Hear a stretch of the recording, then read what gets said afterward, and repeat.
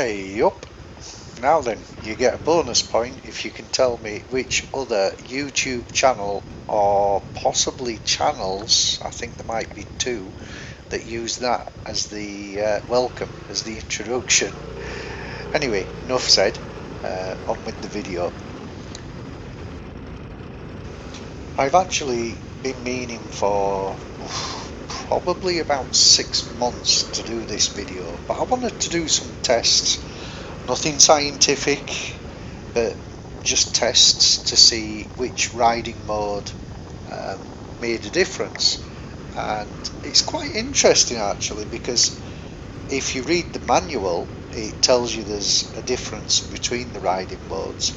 But in my experience, the difference isn't as great as the manual would suggest. In fact, I'm going to come on to it in detail in a moment, but the selection of the riding mode doesn't actually change the riding style, the engine style overall. Um, and you're going to find this interesting, I think, especially for those that have the newer model of the MP3 400 and 530, because I believe the 400 has the same riding modes as well.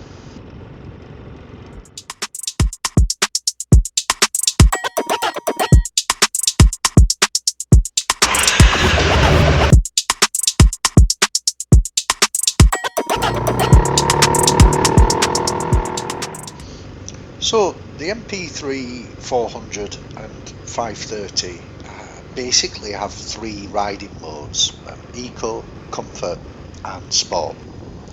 And according to the manual, they say that the Eco mode gives a kind of a light response to the gas throttle, but the ASR system, the traction control, is the same standard. And the comfort mode is the same as eco mode for the traction control, but gives a more progressive response to the gas throttle. And the sport mode, of course, full engine power, quicker response on the gas throttle, optimized for maximum performance on surfaces with optimum grip. My own personal experience of this is, if you're looking to drive economically, or ride the bike economically, it doesn't actually matter which mode you're in, because I have my scooter, the 530, in sport mode all the time. And the reason why is I tried eco, I tried comfort and I tried sport, and I didn't discern a difference in the economy. The only difference really was leaving junctions or entering roundabouts from a standstill. So for example, in the eco mode, I would notice that the throttle response was very gradual. The comfort mode, about the same, but one big difference between eco, comfort and sport mode that I noticed was if I was filtering or riding slowly, let's say around 20 kilometers an hour or less, opening the throttle in comfort mode was much more gentle than if it was in sport mode. So it wasn't as juddery, it didn't jump around on the road, and I just found it much more comfortable riding at very low speeds.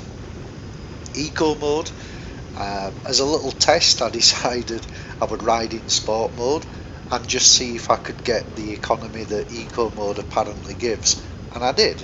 I get around anywhere between 25 and 27 kilometers to the litre, which I think is around 70-80 miles per gallon, and that's in sport mode. And the only difference is I was gentle opening the throttle, that's it. And also when I got up to maybe 25-30 kilometers an hour, I set the cruise control and let that manage the speed. So the scooter is actually extremely economical for the size of the engine. 530cc generating 44 horsepower. So the bottom line for me is, if I want to get good economy out of the scooter, I basically go easy with the throttle. The only real difference I found between Eco, Sport and Comfort is at lower speeds, sub 30 kilometers an hour. At those kind of speeds, you do notice a huge difference in the throttle response. If I have it in Eco or Comfort mode and I want to launch from a junction or get onto a roundabout quickly, it's actually quite gradual. It's not dangerous, it's not dangerously slow, but I do notice a big difference. The other difference that I noticed is the difference between sport mode and the other two modes for the traction control. At the end of my road, when I turn left, there's painted lines. Even in the dry, the back end will skip out ever so slightly and the ASR will kick in. In sport mode, it takes maybe half a second more to react, so it can be a bit interesting. But in Comfort and Eco mode, it just doesn't slip at all, and I've taken that corner, that junction, hundreds, probably thousands of times. So I hope that helped. My suggestion would be try it out for yourself if you've got this model of bike, the 400 or the 530. Tell me what you think the differences are, because from what I've experienced, there isn't a huge difference between them.